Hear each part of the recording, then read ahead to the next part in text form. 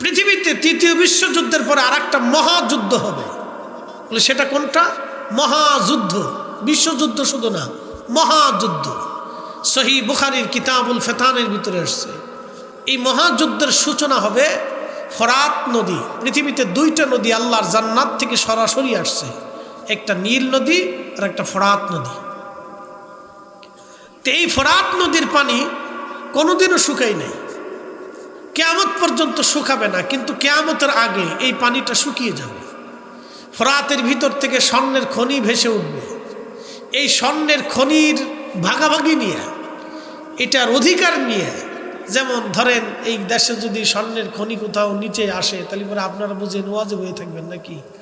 যদি কেউ কয় যে সিলেটের সোনারঘাটের চা বাগানে স্বর্ণের খনি উঠছে, তো দেখবেন যে এই এলাকার মানুষ যে যা পারে মাটি খুঁড়ে আনার জন্য, স্বর্ণ আনার জন্য সব চলে গেছে, সব চলে গেছে। তো সবাই চায় এটা দখল করবে। তো ফরাতের এই স্বর্ণের খনি দখল নিয়ে সারা পৃথিবীতে মহাযুদ্ধ হবে। 100 জনে 99 জন মারা যাবে। কতজন?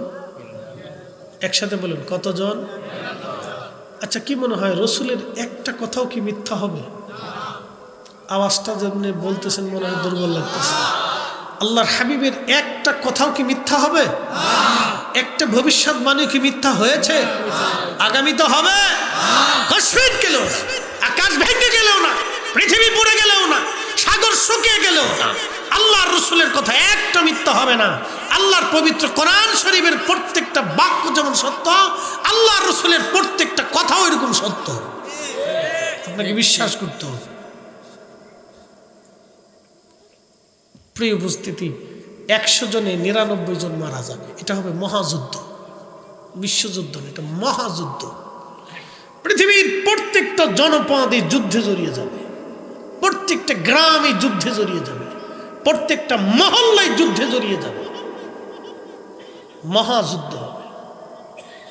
এই মহাযুদ্ধে 100 জনের 99 জন মারা যাবে, মাত্র একজন বেঁচে থাকবে। সে একজনই ইমানদার।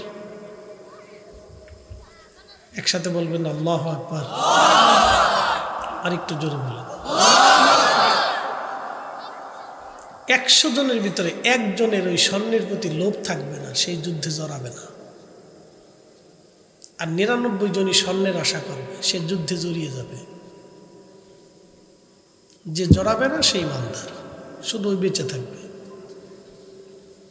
তার মানে বর্তমানে 800 কোটি মানুষের মাত্র 8 কোটি মানুষ পৃথিবীতে বেঁচে থাকবে বর্তমান হিসাবে। আর বাদ বাকি যত কোটি আছে 792 কোটি মানুষ মারা যাবে। আগে বলছি পৃথিবীর প্রত্যেকটা গ্রাম এবং মহল্লা এই যুদ্ধে জড়িয়ে যাবে।